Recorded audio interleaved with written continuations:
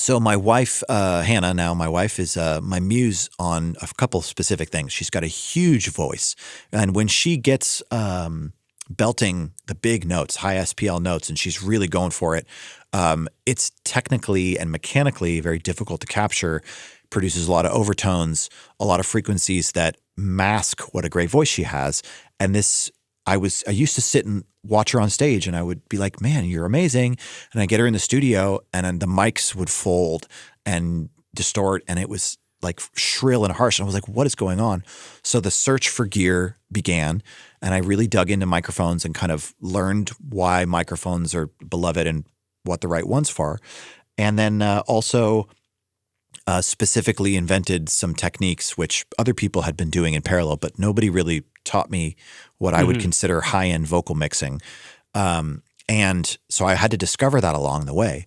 And so what I'm talking about is dynamic equalization in surgical cuts. Most notably now is the Soothe 2 by Oak Sound plugin, which is by volume one of my most used plugins on every mix. It's an absolute joy to use. So powerful if you know what you're doing. It's by volume. You have to know what you're doing with it. That's the thing. That's a very easy class to teach, my friend. It is so badass. That plugin is great. However, at that time, I only had the Brainworks Dynamic EQ version 2, which is a single band dynamic EQ. And so I learned how to remove resonances, whistle tones, and harsh frequencies dynamically, which really shaped what I do today. And my sound has always been that I can deliver a great vocal that other people have a hard time with. And why do your stuff always it comes through? I have a sound. And actually I've been using the same template for 15 years on lead vocals. I've just been dialing and dialing and dialing it. And now I feed audio into my template and then tweak the settings along the way. And then I can consistently get the vocal sound I want.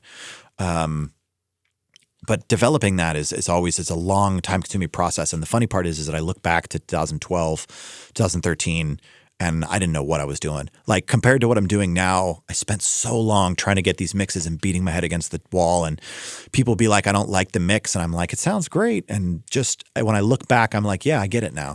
And it's funny. It's funny how that goes, but that's the path. You put in your reps, you put in your hours, and you got the I love that. Yeah, dynamic EQing is a big part of what I'm doing also these days to get good vocals. Yeah, it's the only way to control the 2 to 6K region properly. It's got to be dynamics. Static EQ is an interesting thing because if the problem were static, then it would be the right choice. But the problem doesn't always happen. So it's got to be a dynamic situation. And that's something that I teach interns. I say, when you're going to EQ something, is the problem always? Or is the problem sometimes, such as a rumble filter, right? So that's a 80 always hertz or sometimes. That's great. That's what it is, right? So 3 times in this recording, I needed something to deharsh. Well, then it's not a static equalizer move. It's something that only gets triggered on a threshold 3 times, or you should automate that, right? Otherwise, you're ruining audio. You're degrading a signal source that didn't have a problem. So massaging audio is good. But all of our tools tend to massage in a compressor-like fashion, so it's always taking away or pushing down. And so you have to remember to kind of rebuild. And I like harmonics and harmonic saturation for that, to rebuild after I've done some good EQing. Yeah. Instead of trying to EQ something I just EQ'd. You know what I mean? Yeah.